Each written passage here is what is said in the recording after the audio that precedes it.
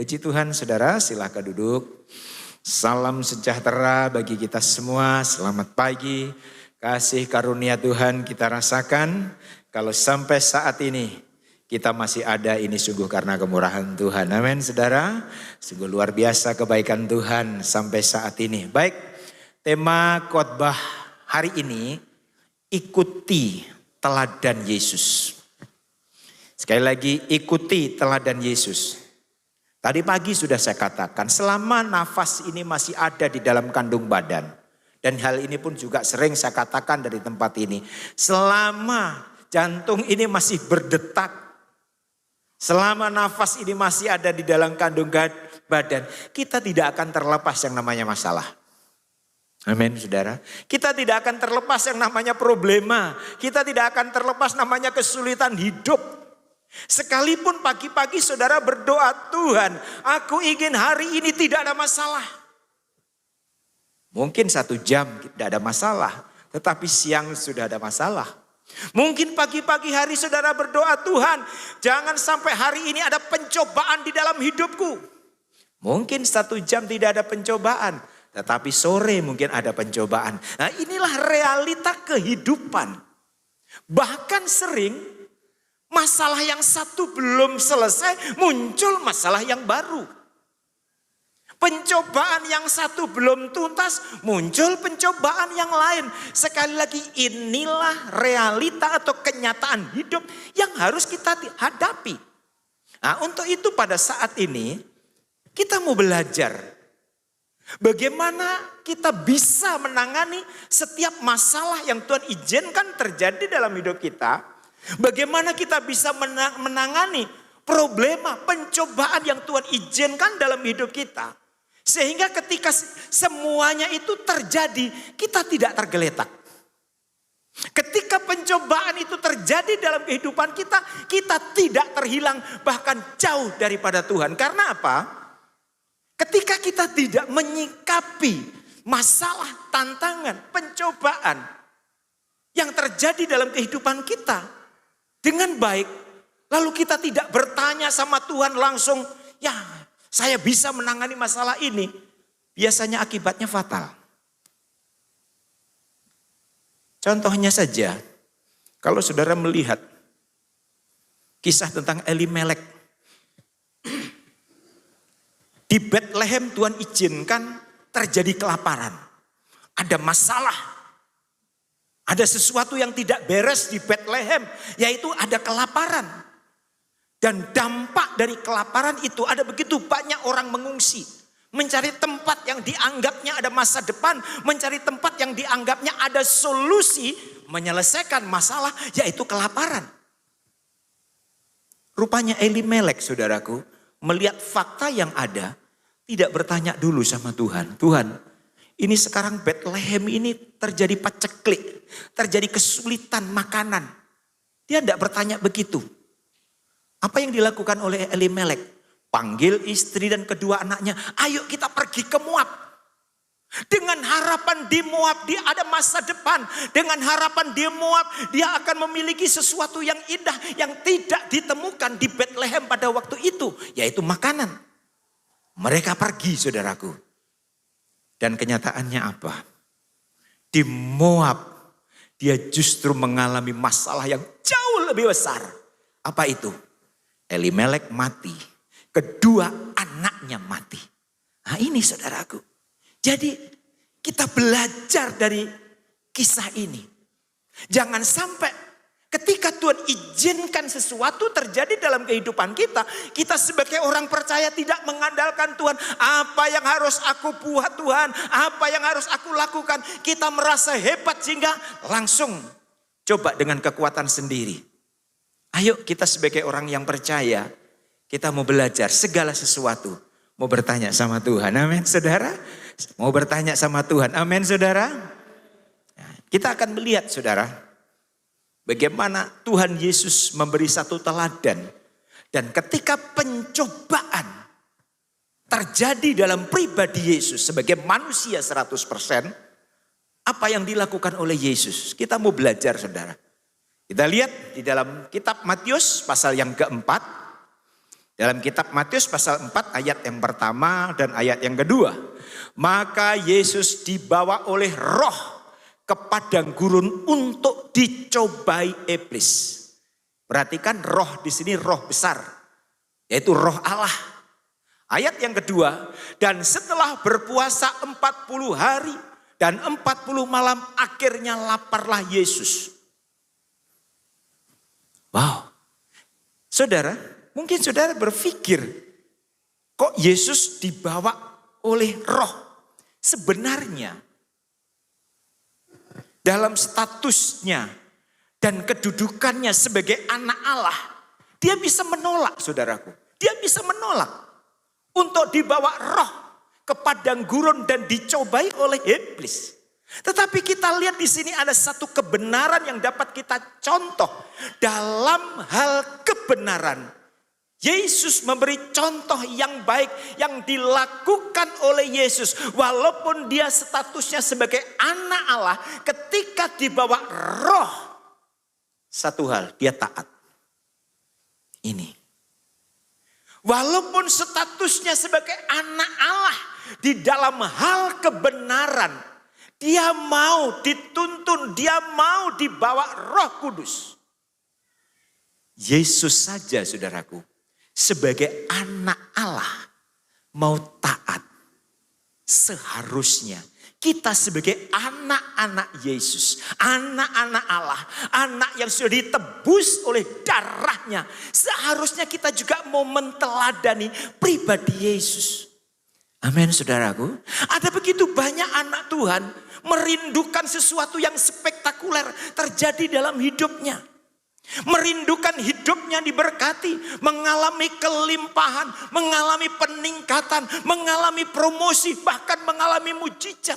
Tetapi ada begitu banyak anak Tuhan yang tidak taat terhadap firman Tuhan. Saya mau kasih tahu, pintu atau kunci untuk menikmati hal-hal yang luar biasa, kuncinya yang pertama yaitu ketaatan. Nanti kita akan lihat bagaimana dampak akibat daripada ketaatan Yesus luar biasa, saudara.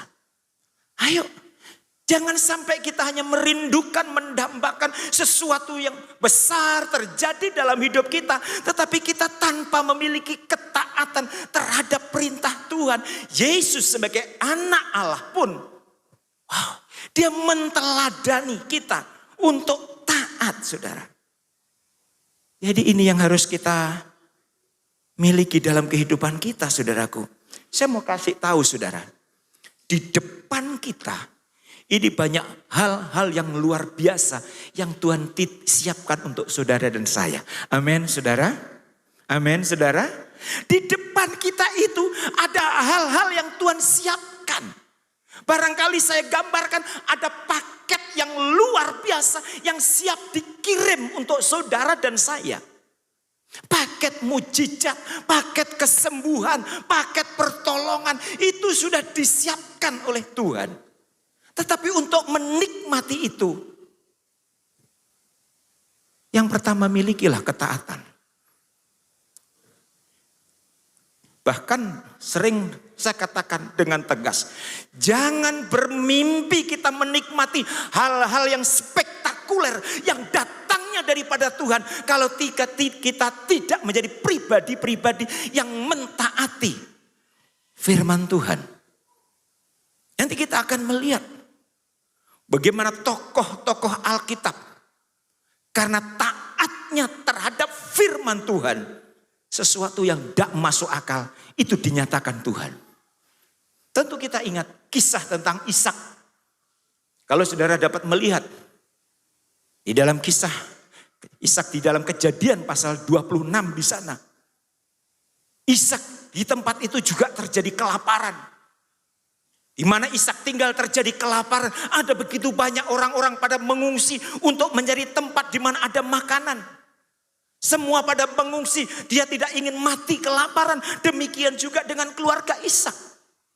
Namun Ishak sebelum pergi, dia bertanya sama Tuhan, Tuhan, di tempat ini sudah tidak ada harapan lagi. Di tempat ini terjadi kelaparan. Di tempat ini terjadi kekeringan. Orang pada lari, orang pada pergi untuk mencari tempat yang dianggapnya ada makanan. Saya mau pergi Tuhan. Saya mau pergi. Saya sebagai kepala rumah tangga saya harus bertanggung jawab untuk istri dan anak-anak saya Tuhan. Saya mau pergi, mau cari tempat yang ada masa depan Tuhan. Dan ketika Ishak bertanya sama Tuhan, apa jawaban Tuhan? Di dalam Kejadian pasal 26 ayat yang kedua. Lalu Tuhan menampakkan diri kepadanya serta berfirman, janganlah pergi ke Mesir, diamlah di negeri yang akan kukatakan kepadamu. Saudara, ketika Ishak mendengar jawaban Tuhan, Tuhan, aku mau pergi ke Mesir karena aku mendengar di Mesir banyak makanan, di Mesir kelimpahan makanan. Aku mau pergi ke Mesir Tuhan, tetapi apa yang terjadi? Tuhan bilang, enggak usah pergi ke sana. Jangan pergi ke Mesir, Ishak. Saudara, apa Tuhan tidak tahu tempat itu sementara ada kelaparan? Tuhan tahu. Apa Tuhan tidak tahu di tempat itu sudah banyak orang-orang lain mengungsi? Tuhan pun juga tahu, saudara. Tetapi kita lihat, walaupun kondisinya tidak memungkinkan, walaupun situasinya tidak memungkinkan, walaupun Ishak sudah dikelilingi dengan orang-orang yang sementara kelaparan, satu hal yang bisa kita teladani daripada Ishak. Ishak lebih mentaati firman Tuhan. Amin, saudara. Ada begitu banyak anak Tuhan mau taat terhadap firman, mau taat terhadap firman Tuhan ketika semuanya berjalan dengan baik. Ketika semuanya tidak ada yang mengkhawatirkan, tidak ada yang menakutkan, semuanya baik, taat terhadap firman Tuhan. Itu bagus, saudara. Tetapi ada begitu banyak anak Tuhan tidak mampu mentaati firman Tuhan ketika terjadi sesuatu dalam hidupnya. Seperti Ishak tadi. Walaupun dia dalam keadaan kesulitan, walaupun mengalami kelaparan, dia lebih mentaati firman daripada pergi menurut keinginannya sendiri, pergi ke Mesir. Dan kita lihat di sini, hasil sebuah ketaatan walaupun lingkungannya tidak mendukung. Saudara, kita lihat ayat yang ke-13. Dan orang itu menjadi kaya, bahkan kian lama kian kaya, sehingga ia menjadi sangat kaya. Amin, saudara. Kita lihat di sini. Walaupun dia hidup di lingkungan yang susah, di mana-mana terjadi kelaparan, tetapi nilai ketaatan yang dimiliki oleh Ishak itulah yang membuat Tuhan memberkati Ishak. Jadi saudara, ayo, kalau saudara ingin sesuatu yang luar biasa kita alami, kita mau taat terhadap firman. Amin, saudara. Kita mau taat terhadap firman Tuhan. Tadi pagi saya katakan jangan bermimpi sesuatu yang luar biasa terjadi dalam hidupmu, dalam bisnismu, dalam karirmu. Kalau engkau sebagai orang percaya tidak mentaati firman Tuhan. Ayo, kondisi apapun, situasi apapun, kita mau belajar mentaati firman Tuhan. Kita mau belajar mentaati firman Tuhan. Saya teringat guru saya di sekolah Alkitab, saudara, dia hamba Tuhan yang luar biasa. Dia sementara merintis pekerjaan Tuhan di Siau, saudara. Ini hamba Tuhan ini sudah meninggal, guru saya di sekolah Alkitab. Saya masih teringat kesaksiannya. Jemaatnya tidak terlalu banyak. Anaknya masih kecil, saudara. Dia sedang alami kekurangan. Dia terpaksa puasa. Terpaksa puasa. Dia ada uang. Tetapi uang ini, saudaraku, sudah dipersiapkan untuk dikembalikan kepada Tuhan. Gembala juga mengembalikan milik Tuhan. Dia tergoda, saudaraku. Dia tergoda, ini uang miliknya Tuhan. Tergoda untuk membelikan makanan, tergoda. Tetapi dia ingat firman Tuhan, ini Tuhan punya yang harus saya kembalikan. Dia tergoda. Sebetulnya saudaraku, mungkin Tuhan memaklumi. Dalam keadaan susah, dalam keadaan sulit, pakai uang ini. Mungkin tanda kutip Tuhan memaklumi. Tetapi apa yang dilakukan oleh hamba Tuhan ini, saudaraku? Dia tidak mau ganggu ini. Dia puasa. Puasa terpaksa, saudaraku. 1 hari dia puasa, tidak ada makanan. 2 hari puasa, tidak ada makanan. 3 hari puasa, tidak ada makanan. Dan waktu mau tutup puasa, belum ada makanan. Dia hanya melihat itu, di sini buah sirkaya kecil atau apa, buah nona atau apa. Masih muda, saudaraku. Masih muda. Untuk dia mengisi perutnya karena sudah 3 hari, saudaraku. Akhirnya apa? Itu buah yang masih muda itu dibakar. Dibakar. Sebelum dimakan dia berdoa. Berdoa, berkati makanan ini. Berkati makanan ini. Sementara dia berdoa, saudaraku. Tiba-tiba pintu ruang tamu diketok sama seseorang. Tapi dia masih berdoa. Setelah amin, ada makanan 1 karung. Dan dilihat, tidak ada orang. Mungkin sudah karena diketok-ketok cuma taruh makanan lalu pergi. Mungkin begitu. Kita lihat di sini. Nilai sebuah ketaatan. Mujizat dinyatakan. Amin, saudara. Nilai sebuah ketaatan. Hal-hal yang luar biasa dinyatakan. Nah, ini ada kalanya kita hanya merindukan satu mujizat. Kita merindukan sesuatu Tuhan bekerja dalam hidup kita. Tetapi untuk sebuah ketaatan kita mikir-mikir. Ayo. Kalau saudara ingin sekali lagi saya tekankan. Kalau saudara ingin mengalami hal-hal yang luar biasa. Saya contoh Ishak tadi. Dia dalam keadaan susah. Tidak ada makanan. Lingkungan pun juga susah. Tetapi dia lebih mentaati firman. Daripada pergi ke Mesir untuk cari makanan. Sulit, saudaraku. Kalau dalam kondisi sulit, untuk taat sulit. Tetapi kita lihat. Ketika Ishak taat. Alkitab katakan. Kalau saudara membaca ayat yang ke-12. Di situ. Maka menaburlah Ishak. Bayangkan pada waktu itu belum turun hujan, saudara. Coba ditayangkan. Ada? Pada waktu itu belum turun hujan.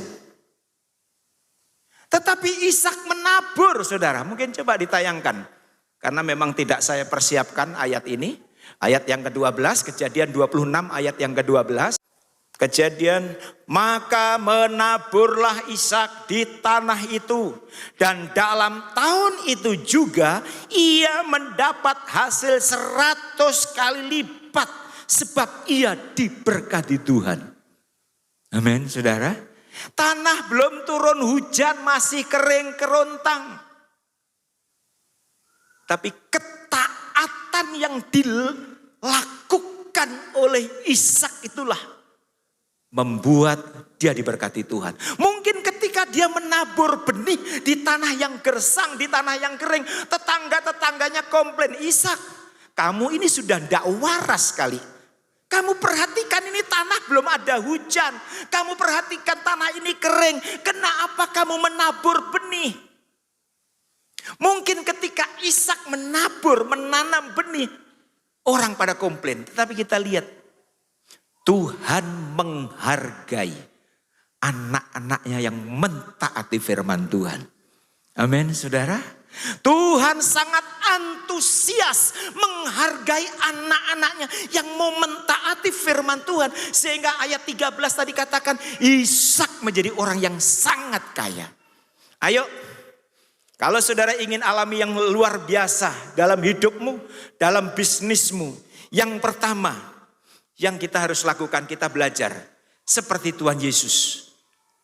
Walaupun dia kedudukannya sebagai anak Allah, dia mau taat ketika dibawa roh Allah ke padang gurun. Walaupun sebetulnya ada alasan untuk menolak. Saya ini anak Allah. Tapi dia mau taat. Bahkan ketaatan Yesus Bukan hanya mau dibawa roh Allah ke padang gurun, tetapi ketaatan Yesus sampai di kayu salib. Filipi pasal 2 ayat 8. Dan dalam keadaan sebagai manusia, ia telah merendahkan dirinya dan taat sampai mati. Bahkan sampai mati di kayu salib. Ketaatan Yesus bukan hanya mau dibawa roh ke padang gurun, tetapi dia mau taat sampai mati di kayu salib. Haleluya saudara. Haleluya saudara. Ayo. Saya rindu. Hal ini dinyatakan juga di dalam kehidupan kita. Ayo kita mau belajar. Dalam kondisi apapun, sesulit apapun, dalam situasi apapun, kita mau belajar mentaati firman Tuhan. Kalau berbicara tentang contoh-contoh Alkitab tentang ketaatan itu banyak sekali.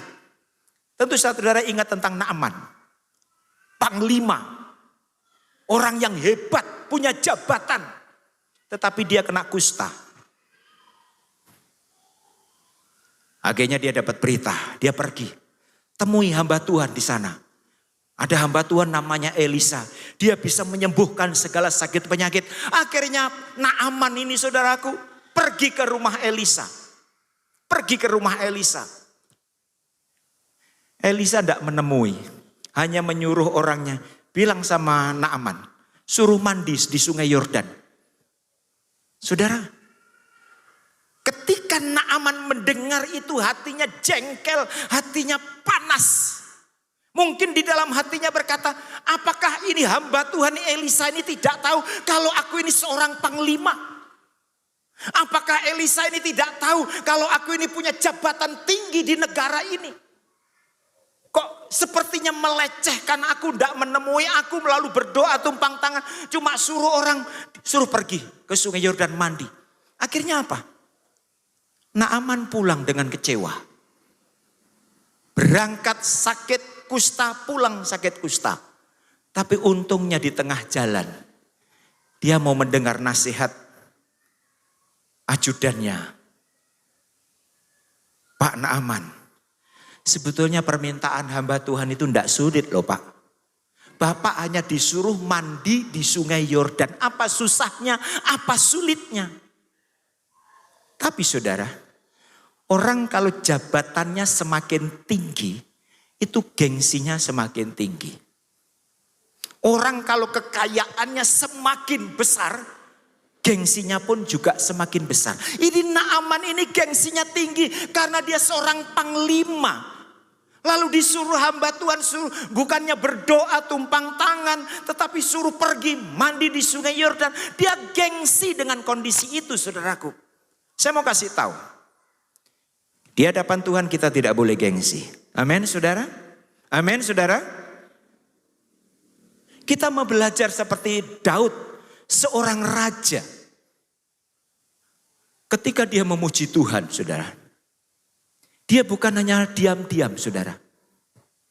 Tetapi dia melompat, dia menari memuji Tuhan, meninggikan Tuhan. Dia tinggalkan atributnya seorang raja. Dia rela melompat-lompat. Dia rela tepuk tangan untuk memuji Tuhan. Ada seberapa banyak pejabat-pejabat tinggi. Kalau di gereja susahnya tepuk tangan. Susahnya menari buat Tuhan. Karena merasa dia seorang pejabat. Saya mau kasih tahu. Di hadapan Tuhan tinggalkan kewibawaanmu. Amin saudara. Kita belajar Raja Daud. Seorang raja ketika dia melompat memuji Tuhan. Dia lompat-lompat, dia meninggikan, mengagungkan nama Tuhan. Ayo, saya rindu saudaraku. Saya rindu. Naaman akhirnya untungnya sadar. Akhirnya apa? Naaman masuk mandi di sungai Yordan. Dan akhirnya apa? Dia alami kesembuhan. Mentaati apa yang disampaikan oleh hamba Tuhan, yaitu Elisa. Ketika dia mulai taat terhadap apa yang disampaikan oleh Elisa, alami kesembuhan. Jadi kuncinya saudaraku, pintu untuk menikmati hal-hal yang luar biasa. Yang pertama, taatlah terhadap firman Tuhan. Satu contoh lagi, Petrus. Siapa Petrus? Dia nelayan sulung karena memang tinggalnya di pinggir danau. Dia punya pengalaman untuk menangkap ikan.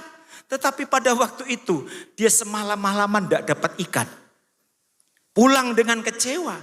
Sudah lelah, sudah capek, tidak dapat apa-apa. Tiba-tiba Yesus bilang, Petrus, tebarkan jalamu. Dia sempat ngomong sama Tuhan, Yesus, aku ini pakar loh Yesus. Aku ini pakar untuk cari ikan Yesus. Aku ini semalam-malaman cari ikan, tidak dapat.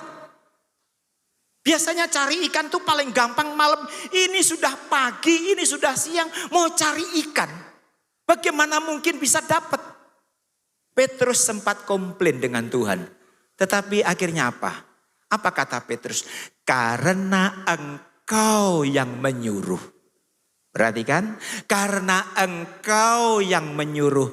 Aku mau melakukannya. Walaupun dia sudah gagal. Tetapi karena Tuhan yang menyuruh, dia mentaati perintah Tuhan. Walaupun sudah siang hari. Akhirnya apa? Waktu jala itu mau ditarik saudaraku, hampir terkoyak. Jalannya penuh dengan ikan. Hasil dari sebuah ketaatan. Amin saudara. Hasil dari sebuah ketaatan. Ayo. Mungkin saat ini. Saudara sementara menghadapi segala sesuatu, masalah, problema, kesulitan. Belajar taat terhadap firman Tuhan. Belajar. Kalau saudara ingin hal-hal yang spektakuler terjadi dalam hidupmu. Belajarlah terhadap firman Tuhan. Maka saudara akan melihat hal-hal yang luar biasa. Yang akan Tuhan kerjakan dalam hidup kita. Amin saudara. Berikan kemuliaan untuk Tuhan kita Yesus Kristus. Tuhan akan siapkan hal-hal yang luar biasa. Ketika kita mau mentaati firman Tuhan. Itu yang pertama. Yang kedua, apa yang dilakukan oleh Yesus.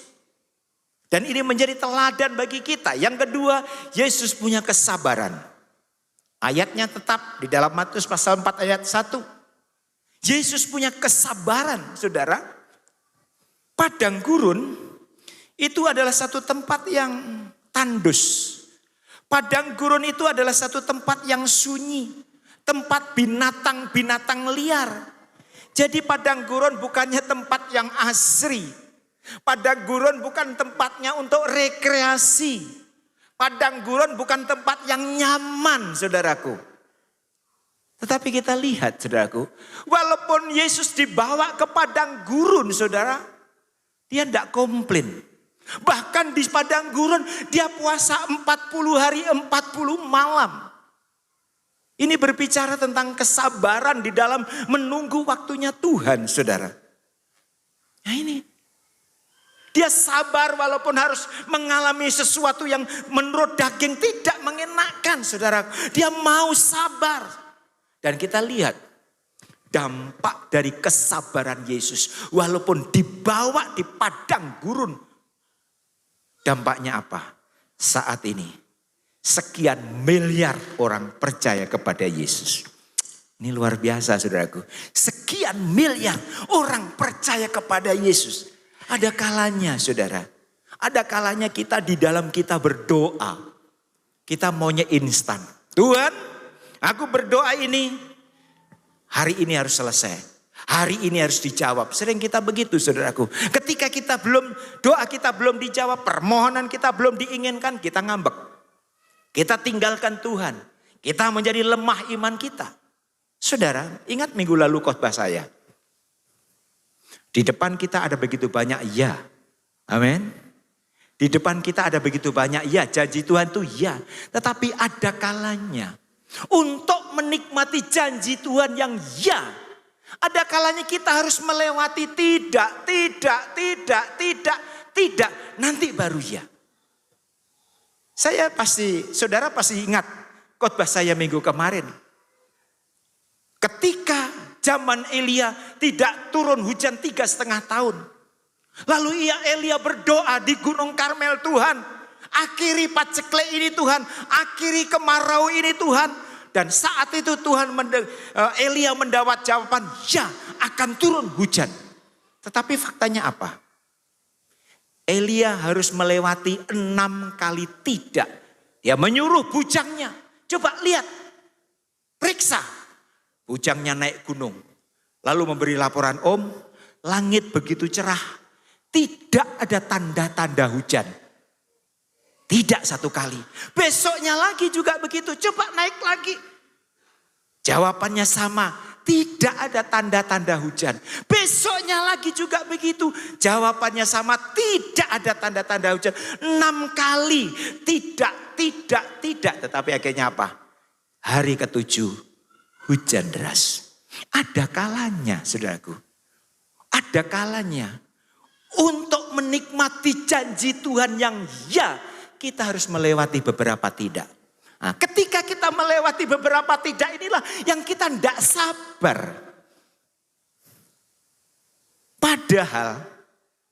Padahal, seandainya ini contoh. Saudara berdoa, lalu Tuhan jawab, baik, aku akan jawab ketika kamu menerima tidakku 10 kali. Ini seandainya ya. Ketika kita dapat tidak 1 kali, 2 kali, 3 kali, 4 kali mungkin kita masih sabar. Tapi ketika 7 kali kita sudah mulai mengeluh. Aduh, kenapa ini kok jawabannya tidak terus. Padahal ketika kita mendapatkan jawaban tidak 7 kali, tinggal 2 kali tidak kita akan menerima ya. Amin saudara. Nah, inilah yang dibutuhkan kesabaran saudaraku. Sekali lagi ada begitu banyak orang tidak menikmati janji Tuhan. Karena di sini ketika Tuhan izinkan kita masuk dalam satu ruang namanya tunggu dulu, kita tidak sabar. Ayo, kalau saudara ingin mengalami hal-hal yang luar biasa. Selain taat, sabarlah menanti waktunya Tuhan. Waktu Tuhan pasti yang terbaik. Amin saudara. Ayo, Yusuf, minggu lalu juga sudah saya singgung. Waktu umur 17 tahun Tuhan sudah bilang kamu akan menjadi seorang pemimpin. Ayah dan saudara-saudaramu akan tunduk, akan berlutut. Waktu umur 17 tahun. Apakah Yusuf langsung menjadi seorang pemimpin? Tidak, tunggu 22 tahun. Yusuf harus sabar menanti waktunya Tuhan 22 tahun. Baru mimpi-mimpi itu tergenapi. Saudara yakin setiap doa permohonan kita dikabulkan oleh Tuhan? Saudara yakin? Amin. Ada kalanya Tuhan izinkan kita harus sabar menanti waktunya Tuhan. Begitu juga dengan Daud. Samuel sudah mengurapi Daud menjadi raja. Tetapi apakah langsung jadi raja? Tidak juga. Bahkan Daud menjadi pelarian. Tapi akhirnya janji Tuhan yang ya akhirnya dialami oleh Daud. Sehingga apa? Daud akhirnya menjadi raja. Ayo. Dibutuhkan sebuah kesabaran untuk mengalami hal-hal yang luar biasa yang datangnya daripada Tuhan. Yesus 40 hari 40 malam dia gunakan untuk puasa saudaraku. Dia tahu pencobaan ini ada batasnya. Akhirnya apa? Setelah Yesus lulus dari pencobaan itu. Alkitab mengatakan Matius 4 ayat yang ke-11. Lalu iblis meninggalkan dia. Dan lihatlah malaikat-malaikat datang melayani dia. Ini hasil sebuah kesabaran. Hasil sebuah ketaatan. Malaikat-malaikat melayani Yesus. Dan iblis meninggalkan Yesus. Dengan kata lain, iblis paling tidak tahan melihat anak-anaknya yang taat dan penuh dengan kesabaran menanti waktunya Tuhan. Amin saudara. Iblis paling tidak kerasan bergaul dengan anak-anak Tuhan yang mau mentaati firman Tuhan. Dan mau sabar menunggu waktunya Tuhan.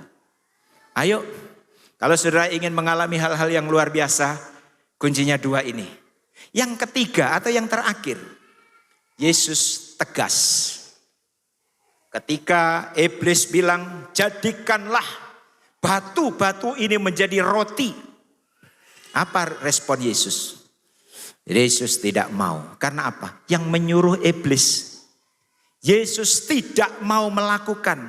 Sebab yang mengingini itu iblis. Yesus tidak mau tunduk kepada perkataan iblis. Yesus tidak mau kompromi. Sebetulnya bagi Yesus tidak sulit mengubah batu menjadi roti. Tidak sulit, saudaraku. Ibu-ibu di sini saja juga tidak sulit mengubah tepung jadi roti. Kok apa lagi? Tidak sulit loh. Mengubah kelelawar menjadi makanan yang enak tidak sulit juga. Saudara, ini Yesus, saudaraku, disuruh mengubah roti, mengubah batu jadi roti tidak sulit. Matahari, bulan dan bintang dia bikin. Tetapi karena ini iblis yang mengingini, dia dengan tegas menolak. Ketegasan ini perlu kita miliki. Kalau saudara ingin alami sesuatu yang luar biasa dari Tuhan. Pernah saya katakan beberapa minggu lalu, sering kita tidak berani tegas. Sering kita kompromi. Sering kita lebih jaga perasaan teman daripada perasaan Tuhan. Halo? Kita lebih sering kompromi. Nanti jangan sampai temanku tersinggung. Nah, jangan sampai temanku tidak enak. Kita lebih suka kompromi. Saudara, saya mau kasih tahu. Kalau saudara ingin alami sesuatu yang luar biasa, kita harus tegas menolak kalau itu membuat Tuhan marah. Amin, saudara. Ingat, Tuhan Yesus itu adalah pribadi yang juga punya perasaan. Bukan hanya teman kita saja, bukan hanya atasan kita saja yang punya perasaan. Yesus juga punya perasaan. Jangan sampai kita bisa menjaga perasaan atasan. Jangan sampai kita bisa mau menjaga perasaan teman, tetapi tidak mau menjaga perasaan Tuhan.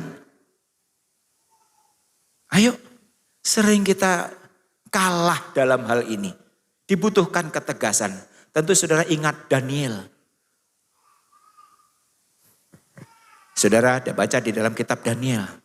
Dikasih makanan raja. Wow. Makanan raja itu pasti enak-enak, saudaraku. Tetapi Daniel menolak. Karena apa? Karena tradisi makanan-makanan yang dimakan raja itu sebelumnya sudah dipersembahkan kepada dewa-dewanya. Dan itulah kekejian bagi Tuhan. Makanya Daniel dengan tegas tidak mau makan. Ini. Ada kalanya sekali lagi kita kompromi ketika ada tawaran dari teman. Ayo sama-sama. Jaga perasaan teman. Akhirnya ikut makan. Akhirnya ikut minum. Ini. Daniel dengan tegas menolak. Walaupun itu makanan enak tapi dia berani menolak. Begitu juga Raja Darius perintahkan selama 30 hari tidak boleh memohon kepada siapapun selain kepada raja. Barang siapa sampai melanggar aturan ini masuk ke dalam gua singa. Siapa yang tidak takut dengan gua singa, saudara? Tapi kita lihat Daniel dengan tegas. Tidak mau kompromi dengan aturan ini. Dia tetap menyembah Tuhan. Dia tetap memohon kepada Tuhan. Walaupun ada konsekuensinya, walaupun ada resikonya. Dia dimasukkan ke dalam gua singa. Musuh-musuh Daniel bersuka cita. Musuh-musuh Daniel bertepuk tangan, saudaraku. Pasti Daniel hancur. Pasti dagingnya berantakan. Pasti tulang-tulangnya remuk. Mungkin itu dalam pikiran mereka. Tapi faktanya apa? Ketegasan yang dimiliki Daniel membuat Tuhan menggerakkan malaikat-malaikatnya untuk menutup mulut singa-singa. Jadi singa-singa bukannya mencabik-cabik tubuh Daniel, singa justru menjadi satpam. Amin, saudara. Ketika Daniel tidur, singa-singa ini duduk manis menunggu Daniel. Mengapa itu terjadi? Daniel berani tegas menolak hal-hal yang membuat Tuhan marah. Ini saudaraku, bahkan lebih daripada itu. Darius yang tidak percaya Tuhan pun akhirnya ngomong, memang Allahnya Daniel adalah Allah yang hebat. Wow, amin saudara. Orang yang tidak percaya akhirnya berkata, Allahnya Daniel adalah Allah yang hebat. Alangkah indahnya suara ini kita dengar dari luar sana. Allahnya orang Kristen adalah Allah yang hebat. Amin saudaraku. Alangkah bangganya hidup ini kalau orang-orang di luar sana berkata Allahnya orang Kristen itu hebat, Allahnya orang Kristen itu luar biasa. Amin saudara, berikan kemuliaan untuk Tuhan kita Yesus Kristus. Alangkah senangnya suara ini kita dengar, Allahnya orang Kristen itu Allah yang luar biasa. Tetapi itu bisa terjadi kalau kita menjadi anak-anak Tuhan yang taat. Itu bisa terjadi. Itu bisa kita dengar kalau kita menjadi anak-anak Tuhan yang sabar menanti waktunya Tuhan dan tegas menolak kalau itu menyakiti hati Tuhan. 3 hal ini yang perlu saya sampaikan pagi hari ini. Ayo. Kalau saudara ingin mengalami hal-hal yang luar biasa dari Tuhan, jadilah anak-anak Tuhan yang taat. Sekalipun mungkin situasinya tidak memungkinkan. Jadilah anak-anak Tuhan yang sabar menanti waktunya Tuhan. Waktu Tuhan itu waktu yang terbaik, saudaraku. Waktu Tuhan itu waktu yang terbaik. Mungkinkah Tuhan sepertinya terlambat? Mungkin sepertinya terlambat. Tidak. Tuhan punya kalender yang tepat untuk menolong saudara dan saya. Amin, saudara. Dan yang ketiga, milikilah ketegasan. Jaga perasaan Tuhan. Kita perlu menjaga perasaan pimpinan, perlu menjaga perasaan teman. Tetapi jangan lupa prioritaskan perasaan Tuhan.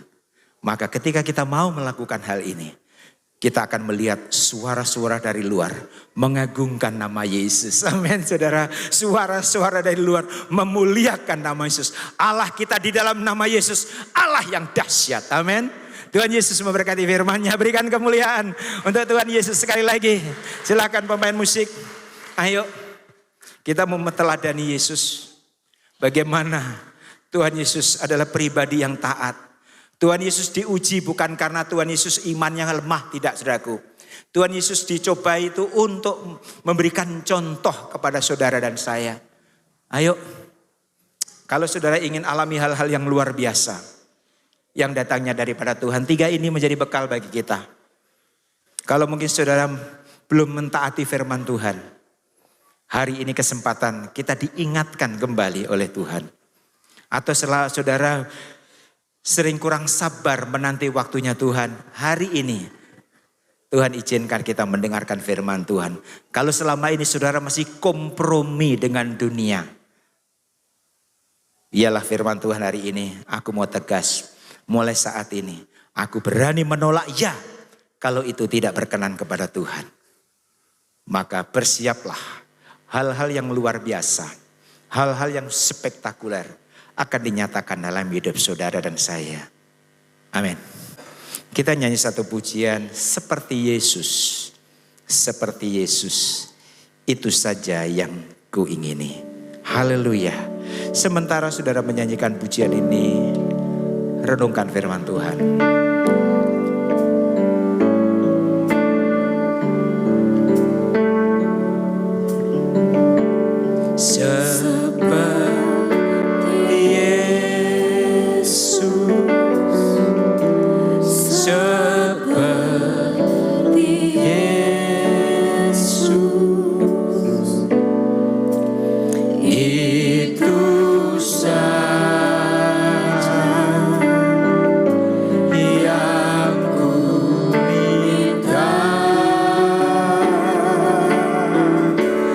Dalam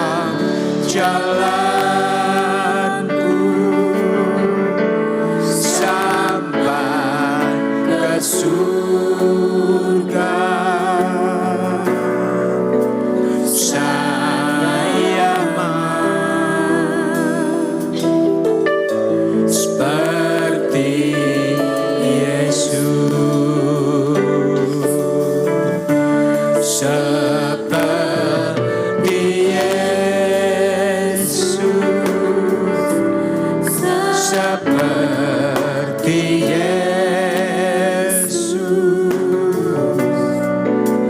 itu saja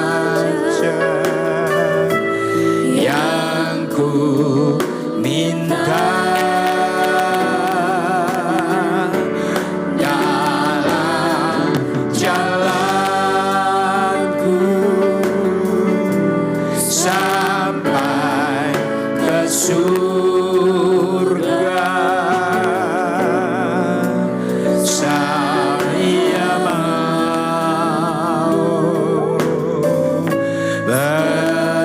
Mari saudara, dengan kasih Kristus saya undang kita semua bangkit berdiri. Kita nyanyikan pujian ini. Seperti Yesus, seperti Yesus, itu saja yang ku minta dalam segala jalanku, dalam jalanku sampai ke surga. Saya mau berarti. Sekali lagi nyanyikan pujian ini. Seperti Yesus, seperti Yesus.